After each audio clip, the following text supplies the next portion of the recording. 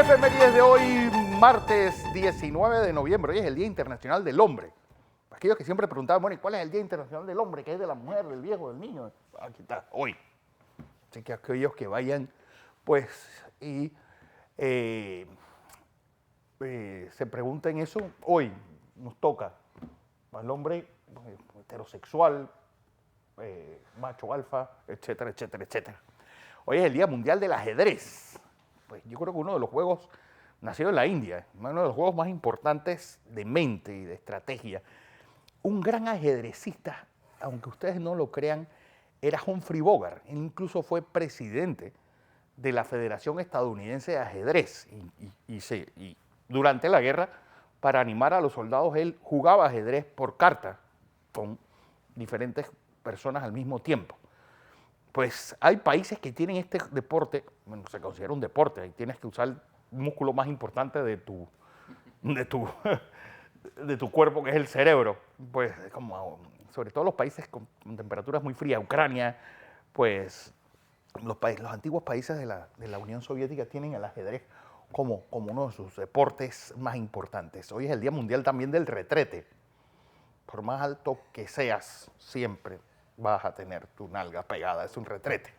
Así que no hay forma, ni yo creo que uno de los grandes cambios de la vida humana es cuando tú tienes, pues puedes ya accesar a un baño, pues un baño higiénico con agua, y ya no tienes que ir pues a una letrina ni hacerlo en el monte. Así que yo creo que hoy es un día para recordar uno de los grandes avances de la historia humana, que es exactamente el baño higiénico. Hoy también es el Día Mundial de la Prevención de Abusos contra los Niños. Y en un momento en el cual la pedofilia y la pedrastía es una de las constantes. Yo creo que una sociedad que no cuida a sus niños no tiene entonces forma de seguir adelante. Los gobiernos están creados para cuidar a sus poblaciones más vulnerables, a sus ancianos, a sus niños, a sus madres solteras. Yo siempre, y entiendo que el Estado es eso, la conjunción de instituciones de protección a los más vulnerables, a los que no se pueden valer por sí mismos ni cuidar por sí mismos.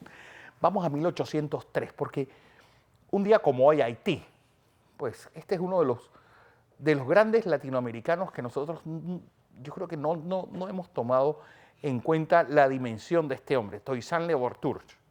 Pues un día como hoy termina el dominio francés y las tropas haitianas entran, pues junto a Jacques Dessalines en Cap Français, esto es en Haití, pero una revolución de negros, de esclavos.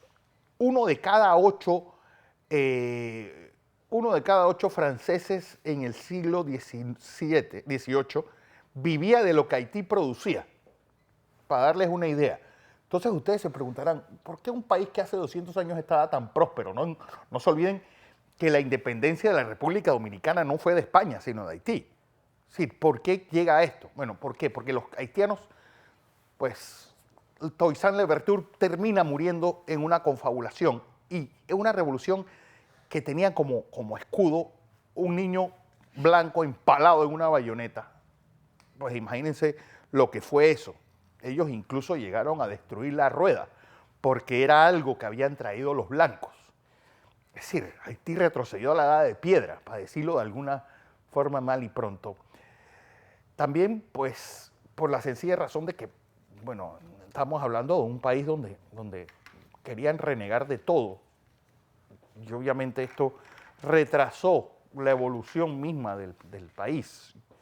Pues después vino las diferentes guerras contra la República Dominicana, que provocaron su independencia. Pero yo creo que no debemos nunca olvidar que Haití fue el segundo país latinoamericano en independizarse. Fue el único ejército antes de la gran coalición europea que le había ganado a las tropas de Napoleón. Bueno, con un poco de ayuda de la fiebre amarilla, pero al final, y gracias a la independencia de Haití, es que Napoleón decide vender Luisiana. Dice, no puedo mantener una guerra en Europa y encima tener posesiones en América, y por eso decide venderle Luisiana a los Estados Unidos debido a la derrota que sufren sus tropas en Haití.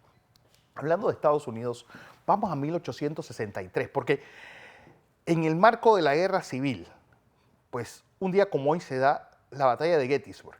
Yo creo que el punto de inflexión de la guerra civil, donde las tropas del general y futuro presidente de los Estados Unidos, Ulysses Grant, vencen pues a las tropas sureñas, y de ahí empieza pues ese retroceso. ¿Y qué es lo más importante de esta batalla? Que hasta la batalla de Okinawa es la batalla donde más estadounidenses han muerto. Entre la batalla del Bull, es decir, la batalla de las Ardenas y la batalla de Okinawa, pues desde ese momento no habían muerto tantos norteamericanos como este día. Debido a eso, pues Abraham Lincoln, un año después, inaugura el cementerio de Gettysburg y ahí pronuncia el llamado discurso más importante de la historia de los Estados Unidos, y una pieza de oratoria de 2 minutos y medio, es decir, una obra que él escribe en el tren mientras va dirigiéndose allá. Nuestros padres fundadores hace 87 años crearon una nación, y habla sobre la igualdad y habla sobre todas esas cosas que uno se pregunta, ¿dónde quedaron esos principios y dónde quedaron esa gente que hablaba así en política? En fin, vamos a 1942, porque hablando de grandes batallas, ese monumento a mí siempre me ha llamado la atención en la ciudad hoy llamada Volgogrado. Es decir, una premonición de unos niños jugando, pues teniendo a un lagarto pues retenido.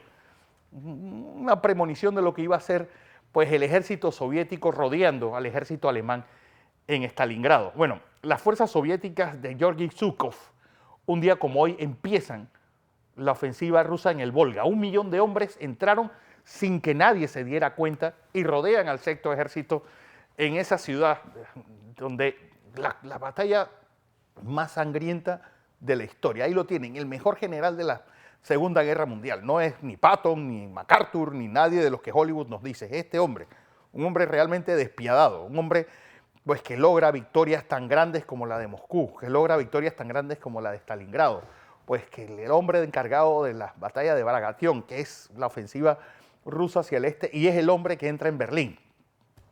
Pues este hombre, Georgi Zhukov, fue después jefe del ministro de Defensa de la Unión Soviética y jefe del Pacto de Varsovia. Bueno, esa operación fue llamada Operación Urano, fue a costa también de una operación señuelos llamada Operación Marte, donde en ese Stalin manda pues a un ejército de señuelo a que los alemanes lo persigan y maten a 70.000 hombres.